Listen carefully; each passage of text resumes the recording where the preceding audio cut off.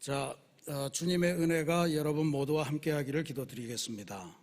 한글날 연휴에 맞이하는 창조절 6번째 주일입니다. 한글날인데 오늘이 한글날은 몇 주년이라고 말하지 않고 그냥 한글로 돌로 표현하더군요. 올해가 576돌입니다.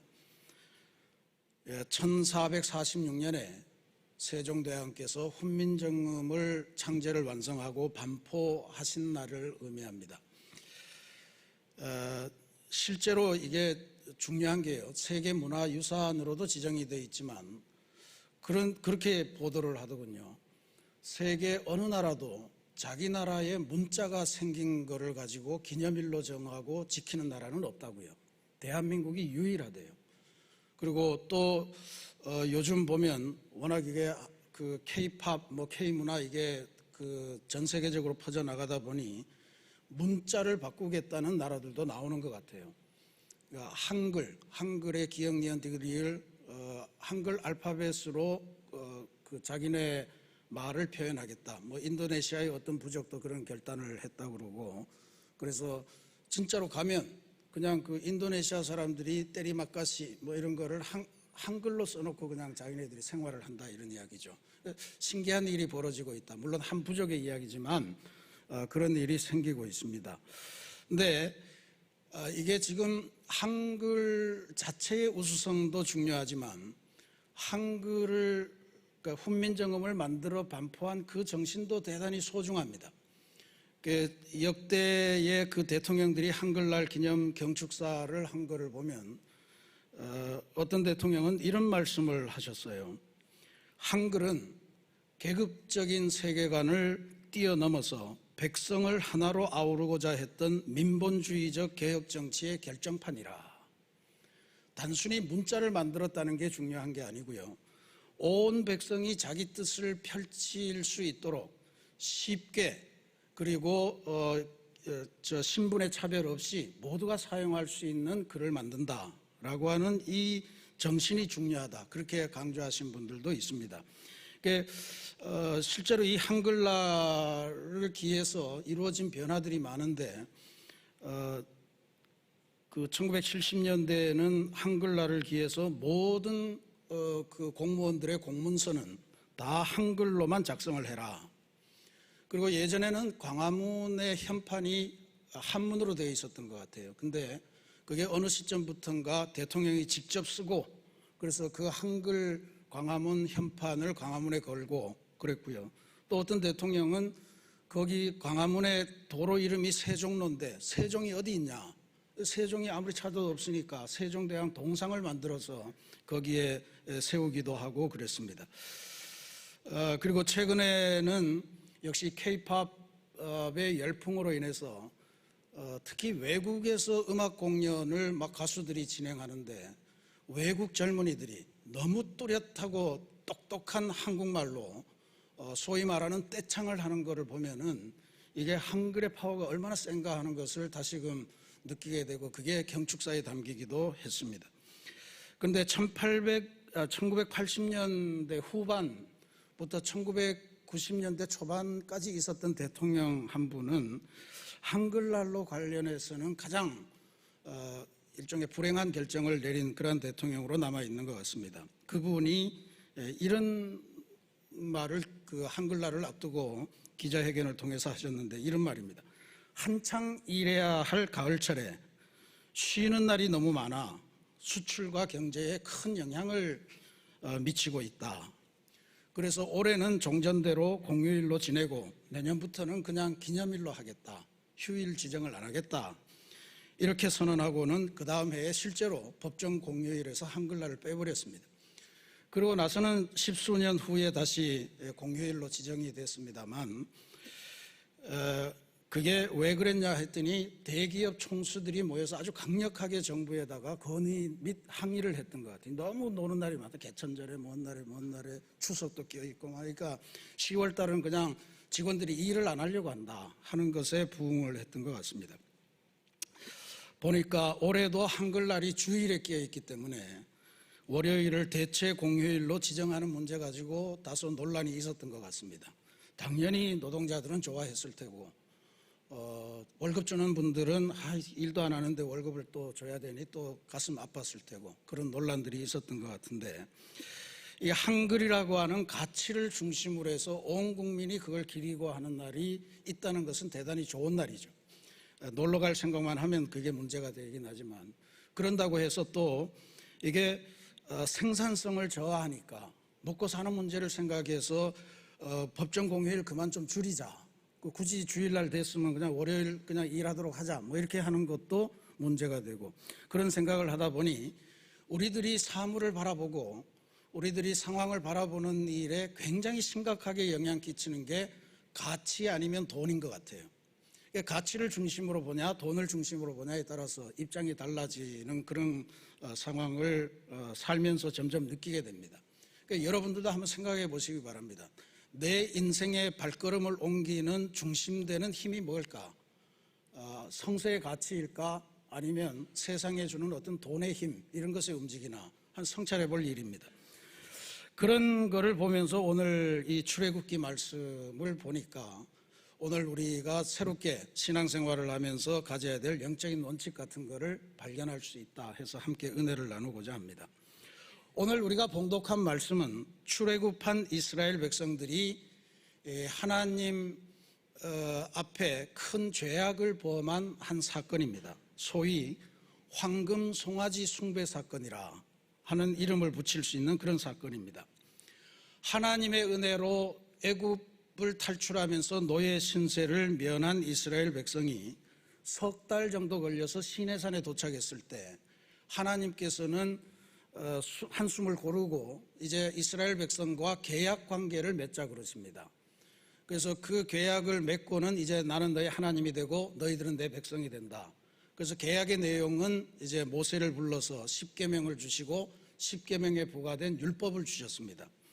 모세를 시내산 정상으로 부르신 거예요. 불러서 십계명 돌판에 십계명을 새기시고, 그 다음에 쭉 그 십계명과 그에 따르는 율법을 쭉 설명을 해 주시는데, 그게 무려 40일 주야가 걸렸습니다. 40일이 걸렸다는 거예요. 산 아래에 있던 백성들로서는 이 40일이 대단히 길었어요. 그러니까 지금까지 숨가쁘게 홍해도 건너고 아말렉하고 전투도 하고 어디 행군하면 뭐 쓴물이 나오면 단물로 바꿔주고 막 이런 또 야자수도 만나고 뭐 이런 여러 가지 신비한 경험들을 계속해야 하는데, 지금 시내산에 머물러 있거든요. 머물러 있는데 40일 동안 하나님도 안 보이시고 하나님을 대리하는 지도자 모세도 안 보이고, 그러니까 백성들 마음속에 깝깝함이 생겨난 것 같아요. 그래서 그 백성들이 모세의 형인 아론을 부추깁니다. 32장 1절 말씀에 보면 뭐라고 부추기냐 하면 중간 부분에 일어나라, 우리를 위하여 우리를 인도할 신을 만들라, 이런 요청으로 아론을 부추깁니다. 그랬더니 아론이 또 그 말에 호응해서, 그러면 너희들이 탈출할 때 저 다 갖고 오고 또 애굽 사람들한테 빌려오고 뭐 해서 가져왔던 모든 금부치를 내놔라. 그래서 그 금부치를 녹여서 만들었더니 그 송아지 형상을 만드는 거죠. 나중에 아론은 나는 몰랐는데 금부치를 녹였더니 송아지가 나오더라 뭐 이러면서 책임을 회피하는 그런 면이 나오는데, 분명히 아론이 조각해서 송아지를 만들었다 하는 게 앞에 이야기입니다. 어쨌든 그렇게 해서 송아지 상을 만들고 하는데, 우리가 주의해서 봐야 될 거는요, 여기에서 지금 이 이스라엘 백성들이 하나님 외에 다른 신을 섬기고자 한 게 아닙니다. 하나님이 보이지 않으니 보이는 하나님을 만들어 달라 하는 요청을 한 거예요. 실제로 보이는 하나님 송아지를 만들어 놓고 그 앞에서 성도로서 할 일을 다 합니다. 번제를 드리고 화목제를 드리고 예배를 드리고 춤을 추고 잔치를 벌이고 애찬을 벌이는 거예요. 모든 것을 다 하는데, 그걸 하나님께서 보시고는 아주 대노하십니다. 크게 분노하세요. 모세에게 말씀을 하시는데, 네가 이끌어낸, 내 말을 듣고 네가 이끌어낸 그 백성이 부패했다고 선언을 합니다.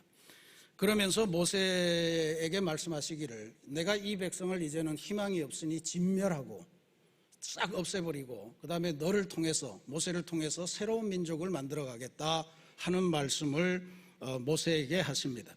그러면서 이 말을 고스란히 가서 전해라. 그랬더니 모세가 하나님에게 그 자리에서 아주 간곡하게 하나님의 마음을 철회해 줄 것을 요청을 합니다. 기도를 한 거죠. 두 가지로 정리해 볼 수 있어요. 하나는, 하나님, 여기서 이러시면 안 됩니다. 하나님께서 아브라함과 이삭과 야곱을 통해서 하셨던 약속이 있지 않습니까? 이 민족의 자손을 하늘의 별처럼 많게 하시겠고 바다의 모래처럼 많게 하시겠다는 그 약속을 해놓고 여기서 죽이시면 어떡합니까? 이제 이런 이야기고, 또 하나는 이방 사람들이 하나님을 어떻게 볼까를 생각하셔야 됩니다. 만약에 하나님이 애굽에서 그냥 노예살이지만 그냥 살고 있던 사람들을 광야로 끌어내서 여기서 다 죽이면, 처음부터 죽이려고 끌어내서 죽이는 거 아니냐, 사랑의 하나님이라고 누가 믿겠느냐. 그러니 제발 그런 생각을 철회해달라고 모세가 아주 간청을 합니다. 그랬더니 하나님께서 이 모세의 간절한 기도를 들으시고 진멸하시겠다는 계획은 철회하십니다. 대신에 이스라엘 백성들은 회개의 기회를 가졌어야 되는 그런 상황에 들어갑니다. 나중에 모세는 하나님에게서 받았던 그 십계명 돌판 2개를 백성들 앞에서 던져서 깨버리고, 그 다음에 그들이 만들었던 금송아지를 불에 태워서 가루로 만들고 그것을 물에 뿌려서 그 물을 온 백성들이 나눠 마시겠다. 그러니까 어떤 번역에 보면 강물에 던져서 그 강물을 마시겠다, 뭐 이렇게도 되어 있습니다. 이 송아지를 만들고 하나님한테서 부패했다는 규정을 받고, 그리고 송아지를 완전히 태워 없애고 가루로 만들어서 그걸 회개의 징표로 마셔야 됐던 이 사건, 이거는 21세기 오늘 황금 만능주의 시대를 살아가는 우리들에게는 굉장히 생각할 바가 많은 그런 사건이라고 볼 수 있습니다. 주어진 시간이 많지 않으니 짧게 2가지만 보려고 합니다. 첫 번째는, 이스라엘 백성들은 보이는 하나님을 원했는데 왜 황금 송아지를 만들었을까, 황금 송아지상을 택했을까라고 하는 사실입니다. 하나님도 안 보이고 지도자 모세도 안 보이고 도대체 뭘 해야 되는 건지, 이 모여 있긴 한데 도대체 뭐 어떻게 해야 되는지, 앞으로 계획이 뭔지 이런 거를 전혀 모르는 백성의 입장에서는 너무너무 답답했기 때문에 보이는 하나님을 우리를 위해서 만들어 달라라고 하는 그 요구까지는 우리가 이해를 할 만합니다. 근데 문제는, 그렇게 해서 만든 게 왜 송아지 형상이냐. 또 하나님께서는, 아니 하나님이 보이지 않으니까 백성들이 하나님을 보고 싶어서 뭘 만들어 달라고 그러고 다른 존재를 섬기겠다는 것도 아니고 하나님을 섬기겠다고 그 앞에 화목제도 드리고 번제도 드리고 잔치도 하고 뭐 온갖 거를 다 하는데, 그거에 대해서 왜 그렇게 불같이 화를 내시고 그렇게 한 사람들을 다 이 땅에서 없애버리겠다, 이렇게까지 하실 이유는 없지 않은가. 뭐 다른 신을 섬기겠다는 게 아니잖아요. 근데 왜 송아지를 만든 이 백성들을 그렇게 화를 내시면서 없애버리시겠다고 하시는 걸까? 이건 우리가 대답해 봐야 될 일입니다. 여기서 문제가 바로 이 송아지라고 하는 그 고대 그 사회에서 송아지라고 하는 것이 신을 묘사하는 굉장히 그 중요한 형상인데, 특별히 고고학자들에 따르면 이때 만든 송아지는 애굽에서 신의 역할을 하던 송아지 형상, 아피스라고 했는데, 그것의 기초에서, 뭐 당연하죠. 노예살이하면서 애굽밖에 안 살아봤으니까 머릿속에 하나님, 보이는 하나님은 송아지 형상일 거다, 이렇게 생각을 했다는 거예요. 그러니까 하나님의 분노하는 포인트는 뭐냐 하면, 내가 분명히 미래에 대한 약속을 갖고 이 백성을, 하나님을 예배하는 백성, 그 다음에 이들에게 노예살이가 아니고 주인이 되어서 젖과 꿀이 흐르는 땅을 살아가는 그 약속과 비전으로 끌고 냈는데, 이 백성들은 한사코 과거의 애굽으로 자꾸 돌아가려고 한다라고 하는 것이 문제가 된 것 같습니다. 그러니까 실제로 광야 생활에서 이스라엘 백성들을 끊임없이 유혹했던 유혹은 뭐냐 하면, 애굽으로 차라리 돌아갔으면, 애굽에서 탈출하지 말았으면 하는 그 생각을 계속해서 한 거예요. 조금만 고난에 처하면 그랬습니다. 고난이라는 것도 어마어마한 고난이 아니고, 먹을 게 없어서 배가 고프면 차라리 애굽에 있었더라면, 애굽의 고깃가마 옆에 있었더라면 우리는 노예였지만 배를 곪지는 않을 텐데 라고 하는 생각을 했던 거고, 마실 물이 없으면 우리를 이 광야에 불러내서 죽이려고, 목이 말라 죽게 하려고 우리를 여기로 끌어냈냐, 계속해서 이 불평을 하고 있는 거거든요. 그러니까 하나님이 보시기에는 미래를 향하여 가자 이러고 초대를 하는 건데, 백성들은 조금 고난이 보이면 자꾸 뒤를 돌아서 보고, 뒤를 돌아서 옛날로 돌아갑시다, 옛날이 좋습니다 이렇게 하는 것이 그게 문제였던 것으로 보입니다. 그리고 그 상징이 바로 애굽의 아피스, 애굽의 신의 역할을 하던 송아지 형상이 바로 그것이었다, 이렇게 판단을 했으리라 저는 그렇게 봅니다. 이게 지금 하나님으로서는 받아들이기가 어려운 게, 이게 오래된 일이 아닙니다. 노예살이 하던 백성을 탈출시켜서 광야로 끌고 와서 광야에서 도저히 건널 수 없을 것처럼 보였던 홍해바다를 기적처럼 건넜잖아요. 그 다음에 광야를 지나가는데 거기서부터 일찍부터 자리 잡고 있던 아말렉이라고 하는 강대한 민족이 있는데, 그 민족과 전쟁을 하는데 모세가 기도하는 손을 들면 승리하게 하시고 해서 결국은 기도하는 그 힘을 따라서 하나님이 승리케 하셨습니다. 그 시내산에 도착해서는 이런 것들을 봤으니 이제는 하나님의 백성으로 계약을 잘 지키고 계명을 잘 지키고 살아가는 그 신앙 훈련을 했어요. 출애굽기 19장에 보면 실제로 백성들이 그 하나님의 교육에, 신앙 교육에 호응해서 이제 우리는 성결한 하나님의 백성으로 살겠습니다. 그리고 모든 사람들이 광야에서 물이 어디서 나는지 모르지만 옷을 벗어서 자기 옷을 희게 빨아가지고 우리 이렇게 살겠습니다 하고 결단하는 예식까지 치렀던 그런 민족이에요. 근데 그 기억이 사라지기도 전에 지금 과거 애굽에서 보았던 신의 형상을 만들어 놓고 그걸 하나님이라고 부르면서 조화라 하고 있는 그 광경이 문제였다. 그리고 그들이 송아지를 만들 때 사용했던 금붙이, 그것도 문제입니다. 왜 금붙이를 갖고 탈출하라고 그랬냐? 긴급하게 탈출했잖아요. 모든 걸 다 버려두는데 금붙이만을 가져가라고 그래요. 없으면 옆집에 애굽 사람한테 가서 빌려와라, 이렇게 하면서까지 마지막 지침을 주셨는데, 그게 나중에 보면 뭐냐면 광야에서 이제 하나님의 임재를 상징하는 성막을 만들잖아요. 성막을 만드는데 거기 지성소 제단을 금으로 이제 입히기도 하고 순금으로 만들기도 하는데, 모든 제단을 만드는 재료로 사용하기 위해서 금붙이를 들고 탈출하라고 그랬거든요. 근데 지금 그 금붙이를 다 모아다가 송아지를 만든 거예요. 금송아지를. 그러니까 이게 지금 이스라엘 백성들이 아직 하나님의 실체를 온전히 알기 전이기 때문에 지금 뭐가 뭔지도 모르고 그냥 기분대로 그냥 한 거예요. 우리를 위해서 일할 하나님, 우리를 위해서 일할 신, 그게 지금 눈에 보이지 않으니 그걸 만들어 달라 이러면서 지금 한 겁니다. 그러니까 하나님이 이끄시는 대로 그동안 잘 살아왔는데 이게 약간의 불안함을 겪고, 그리고 이게 과해지다 보니까 하나님 중심이 점점 벗어나서 자기 중심으로 된 거예요. 이제는 하나님 뜻대로 살아가는 것이 아니고 하나님이 우리 뜻을 지켜줘야 되는 존재로 신앙의 개념이 역전되기 시작한 것을 우리가 발견할 수 있고, 그것이 송아지라고 하는 걸로 나타났고, 하나님은 그 부분에서 결정적인 분노를 바라고 계시다. 이게 우리가 해석할 수 있는 부분입니다. 하나님의 은혜를 받았으면 하나님의 약속을 믿고, 또 하나님의 약속을 받았으면 하나님의 은혜에 기대어서 그냥 쭉 살아가야 됩니다. 이게 우리 연약한 인간이라 이게 늘 안 되는 거죠. 그러니까 절대로 우리가 명심해야 될 거는요, 내가 옛날에 어느 기도원에서 어떤 은혜를 받았고, 내가 어떤 프로그램을 가지고 어떤 은혜를 받았는데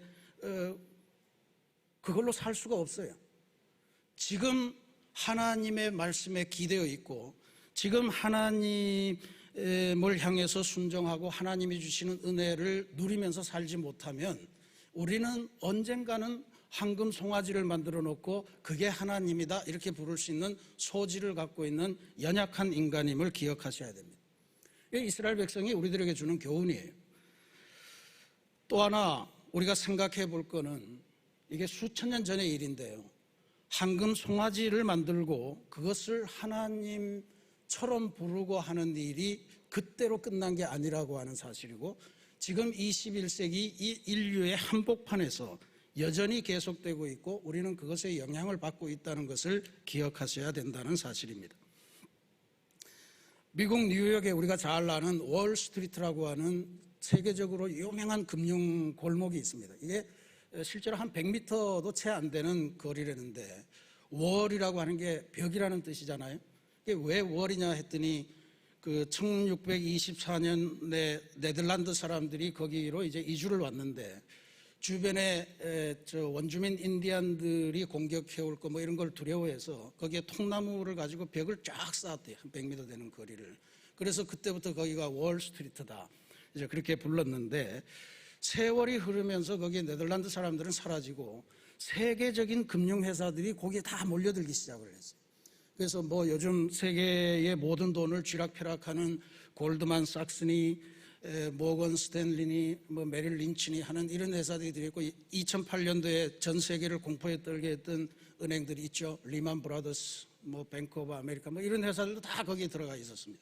그러니까 전 세계 금융의 중심이죠. 거기에다 그 거리 끝에는 9.11 테러 때 비행기 테러로 순식간에 사라져버린 쌍둥이 빌딩, 세계 무역센터가 또 있었고요.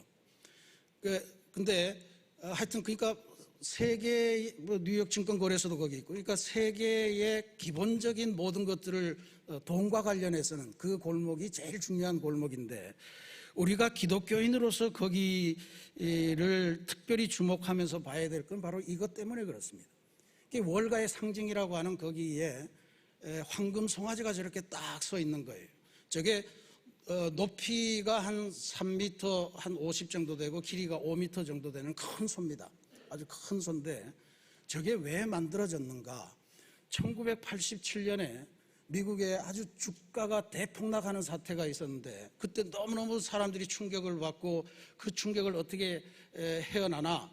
그런데 유럽의 어떤 조각가가 저 자비로 36만 불, 뭐 거의 한 5억 이상을 들여서 저거 5억 맞나? 50억인가요? 하여튼 엄청난 돈을 들여서 자기가 저 송아지를 어떤 생각으로 했는지는 알 수 없습니다. 그걸 갖다가 그냥 정부의 허가도 받지 않고 그 뉴욕 증권거래소 앞에다 딱 설치를 했다는 거예요. 이게 아마 그러면서 이름을 붙였는데 찰징 불이라 그렇게 붙였습니다. 찰징이라는 게 축구 같은 거 할 때 보면 골키퍼 차징하고 뭐 이런 거 하잖아요. 이게 돌격하다, 뭐 미친 듯이 막 밀어붙인다, 뭐 이런 뜻을 갖고 있으니까 돌격하는 황소 이 정도 되는데 주가가 폭락했으니 소가 막 흥분해서 올라가듯이 주가가 미친 듯이 올라가는 거를 염원한 그런 표현이다 이렇게 볼 수는 있을 것 같아요.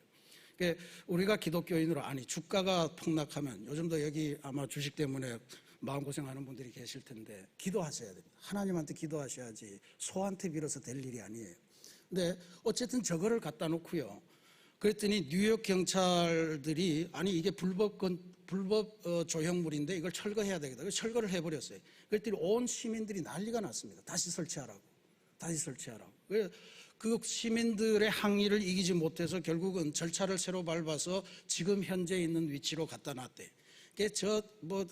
가보면 저게 이제 사람들이 온통 저 소를 만지면서 은혜를 받으려고 맨질맨질하고 어떤 부분은 특정한 부분은 막 벗겨지기도 하고 그랬다고 그래요.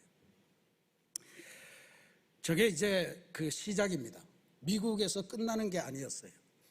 21세기 들어와서 전 세계 각국의 금융 중심가에는 전부 다 저 황금소들이 세워지기 시작했습니다. 대표적인 게 중국입니다. 2010년도에 중국 정부가 상해에 가면 세계적인 야경이라고 중국이 자랑하는 황포강 주변이 있어요. 그러니까 1920년부터 세계 모든 은행들이 집결하고 세계의 영사관이 모여 있고 지금까지 그래서 중국에서 가장 큰 금융 센터가 되고 있는데 거기를 외탄이라고 그럽니다. 그러니까 거기에 저 황금소를 딱 세우기 시작한 거예요. 그러니까 저걸 어떻게 세웠냐면 중국 정부가 미국 월가에 세워진 동상 누가 만들었냐? 그 사람을 찾아서 그 사람에게 특별한 부탁을 했다는 거죠. 이제부터 세계 금융은 중국이 만들어 갈 테니까 뉴욕 월가에 있는 소보다 더 크고 더 젊고 더 싱싱한 놈으로 만들어 달라. 그래서 저걸 정부 차원에서 일을 해서 이걸 갖다 놓은 거예요. 그러면서 온 세계에 황금소가 퍼지기 시작합니다. 한번 볼까요? 독일의 프랑크푸르트에도 만들어졌고요. 그 다음에 홍콩에도 저 센트럴이라고 하는 데 가면 모든 또 세계은행이 모여 있는데 거기에는 또 동남아의 특성을 살려서 물소를 갖다가 세웠어요.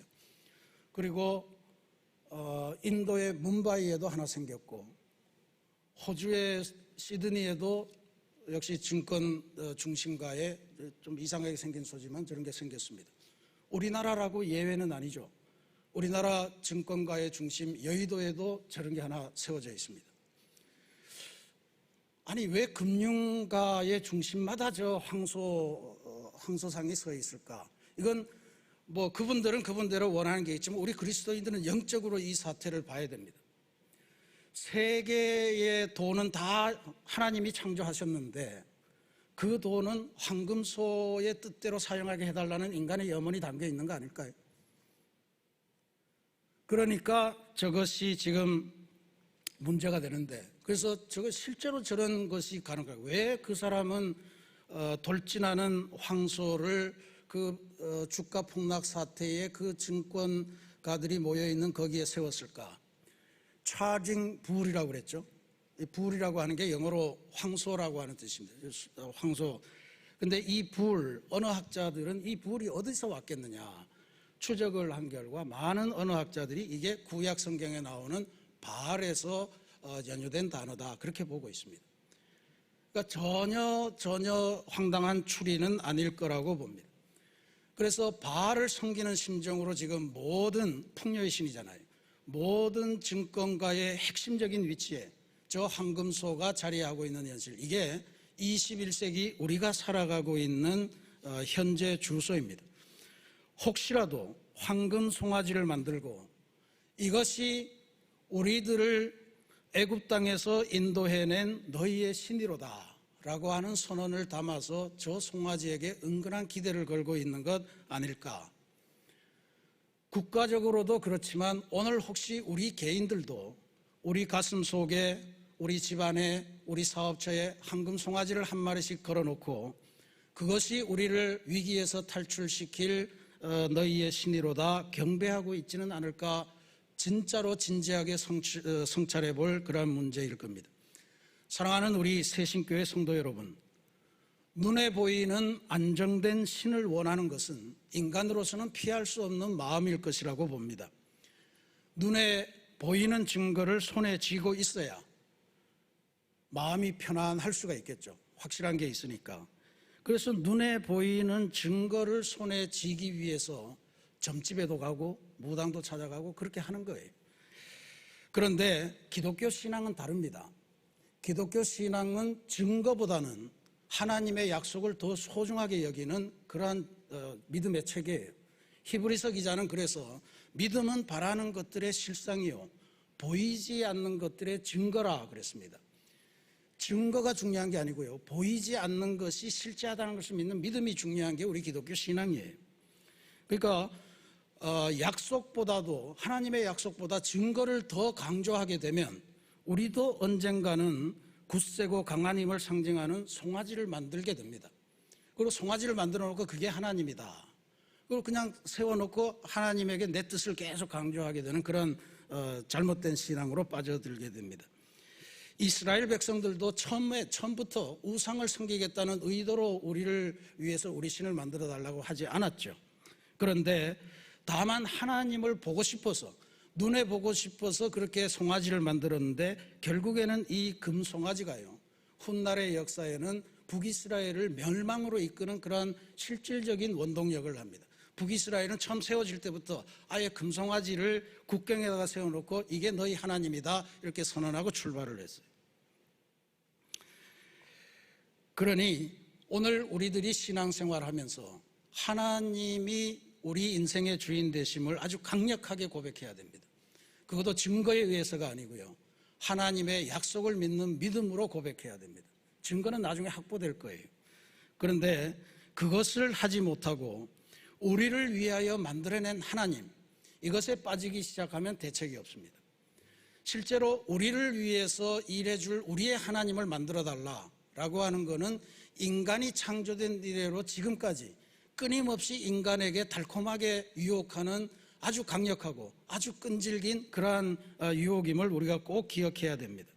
그래서 우리는 그 찬송을 중요하게 생각해야 합니다. 이 눈에 아무 증거 보이지 않아도 믿음만을 가지고서 늘 걸으며, 이게 우리 기독교 신앙이에요.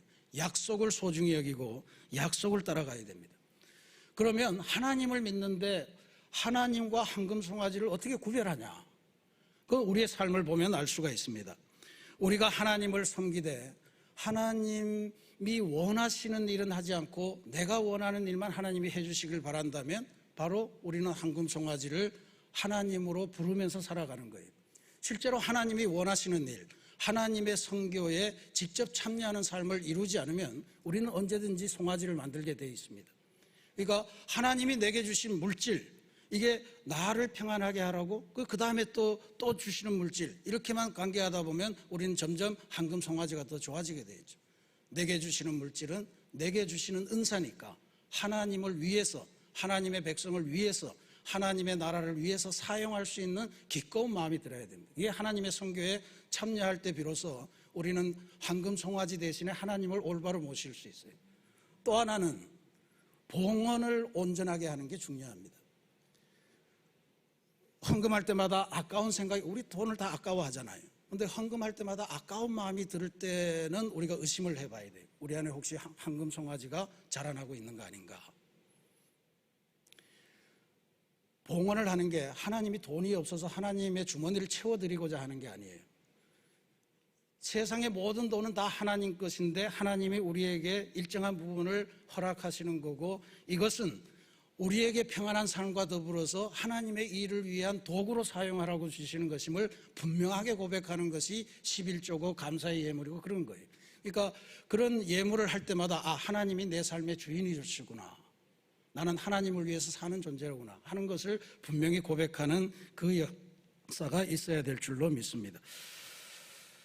우리에게 필요한 것은 하나님의 형상이 아니라 성서 속에 계시된 하나님입니다. 설령 우리 눈에 보이지 않더라도 성경에 이미 하나님의 모습이 다 계시되어 있습니다. 그 하나님을 연구하시고 그 하나님을 공부하시고 그 하나님이 지금 나의 삶을 인도하시고 다스리신다고 하는 것을 믿어야 됩니다. 특별히 우리가 인생에서 부족함을 느끼고 결핍을 느끼고 불안을 느낄 때, 그때 조심하셔야 됩니다. 송아지를 만들고 그것에 하나님의 이름을 붙여서 부르면 마음이 위안을 느낄 수 있을지 모르지만 그거는 정말 어려운 일입니다. 그러니 그런 마음이 생긴다면 그런 신앙으로부터 빨리 탈피하시고 탈출하시기를 부탁을 드립니다. 그래서 하나님만을 하나님으로 부르고 하나님 위에 주시는 모든 조건들은 하나님이 나에게 주신 선물이다, 그렇게 생각을 하시고 하나님을 위해서 사용하시고, 그래서 하나님의 약속을 성취하시고 하나님의 선교에 참여하시고 그래서 승리하시고 그래서 하나님께 영광을 돌리는 삶을 살아가시기를 주님의 이름으로 축원합니다. 같이 기도하겠습니다.